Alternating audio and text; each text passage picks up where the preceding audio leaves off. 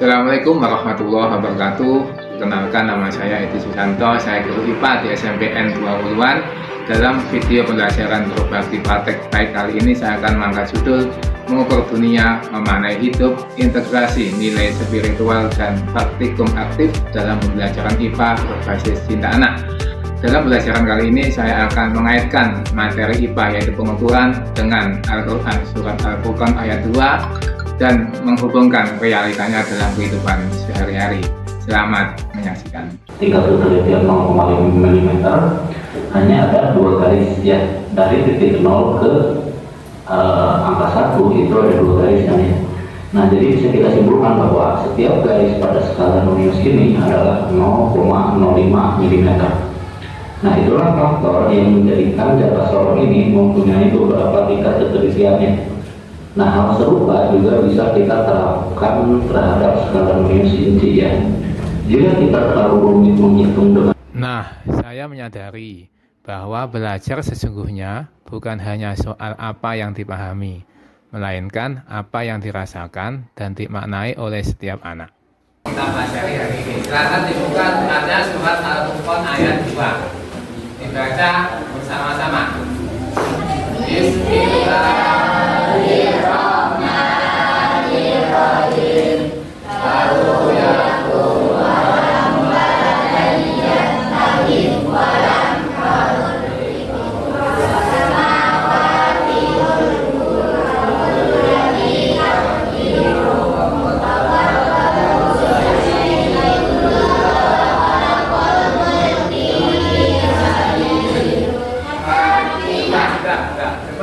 Mesin ya, baca artinya mesin.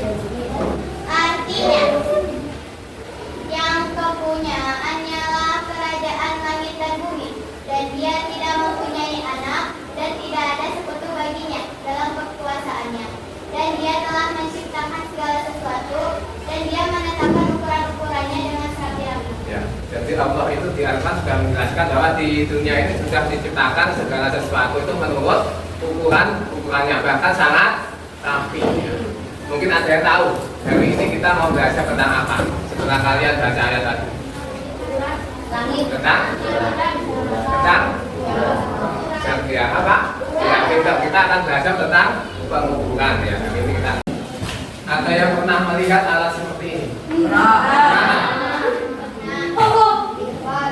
Mana? Apa namanya ini? Ini namanya jangka sorong. Jangka sorong itu punya 3 bagian. Ada kepala, ada leher, ada engkong. Ini engkongnya. Fungsinya beda-beda.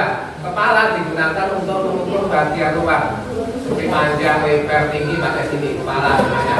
Terus ini leher untuk mengukur diameter dalam. Kayak misalkan saya punya pipa, untuk mengukur berapa diameter lubang pipa ini bisa kita gunakan bagian leher. Terus ada ekornya untuk mengukur kedalaman, kita masukkan dalamnya berapa, gunakan ini. Jangka sorong punya skala utama, skala utamanya ini yang atas, persis seperti penggarisnya, ada senti, ada mili. Seperti sini ada skala Nonius kecil-kecil. Jangka sorong punya skala bisa mengukur sampai 0,1 mili. Kamu kalau mengukur menggunakan penggaris paling kecil berapa? 1 mili. Misalkan tisu itu tebalnya lebih dari 1 mili atau kurang dari 1 mili? Bisa nggak kamu ukur pakai penggaris? Nah, untuk bisa mengukur tebal tisu kita bisa menggunakan jangka sorong. Jangka sorong itu bisa mengukur sampai 0,1 mili. Memang lebih teliti daripada penggaris. Perwakilan tebal kelompok ke sini.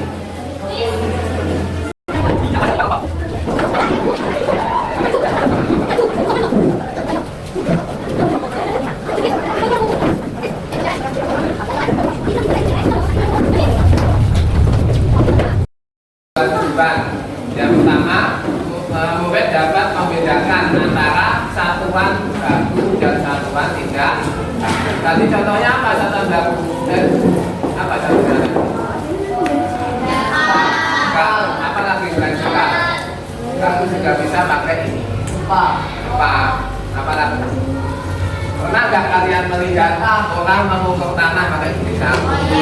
Ini seberapa? Apa namanya dia langkah, itu juga termasuk satuan tidak. Nanti kamu bandingkan dengan mengukur menggunakan penggaris, hasilnya bagaimana ya? Itu tujuan yang pertama. Tujuan yang kedua, murid dapat mengukur panjang dan diameter menggunakan jangka sorong. Jadi kalian nanti harus bisa menggunakan membaca skala pada jangka sorong. Itu tujuan pada praktikum hari ini. Tidak dilanjutkan ikut sendiri-sendiri. 4 anak sendiri-sendiri. Bukan nanti sendiri kamu berdiri. Yang berapa? 1, terus ini 7 ya. Terus yang lurus mana? 3, berarti 1, koma. Nah, pintar ya, pintar. Assalamualaikum warahmatullahi wabarakatuh. Di sini saya akan mempresentasikan tentang lembar kerja peserta didik pengukuran. Tujuannya, murid dapat membedakan antara satuan baku dan satuan tak baku dari suatu pengukuran. Yang kedua, murid dapat mengukur panjang dan diameter menggunakan jangka sorong. Alat dan bahan: jangka sorong, penggaris, jengkal, meja, balok kayu, dan pipa.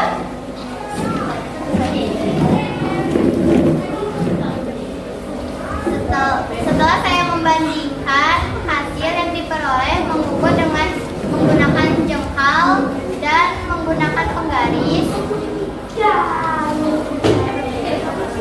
apakah hasilnya sama? Ternyata tidak. Setelah saya melakukan percobaan ini, mengukur menggunakan penggaris lebih akurat dari jengkal karena setiap tangan beda ukuran. Jadi lebih akurat menggunakan penggaris. Lalu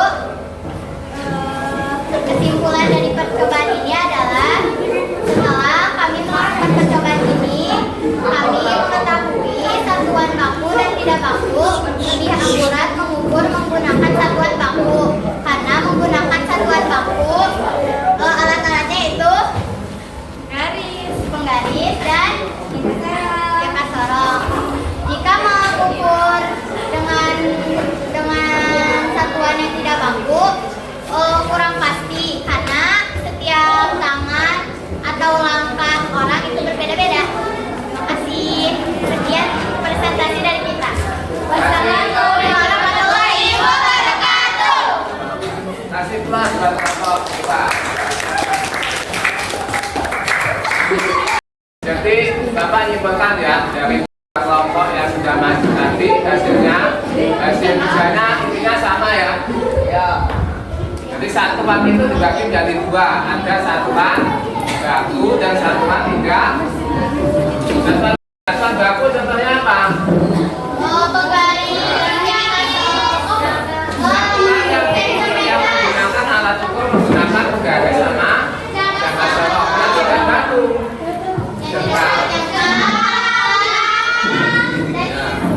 jengkal, pipa, dan lain-lain. Jadi kalau kita mau ukur biar hasilnya lebih akurat, maka harus menggunakan satuan yang baku. Tadi kalau sudah bisa pembelajaran kita hari ini sudah selesai dan berhasil karena kalian sudah bisa mengukur menggunakan alat ukur jangka sorong sama penggaris maupun menggunakan jengkal. Bagaimana pembelajaran hari ini?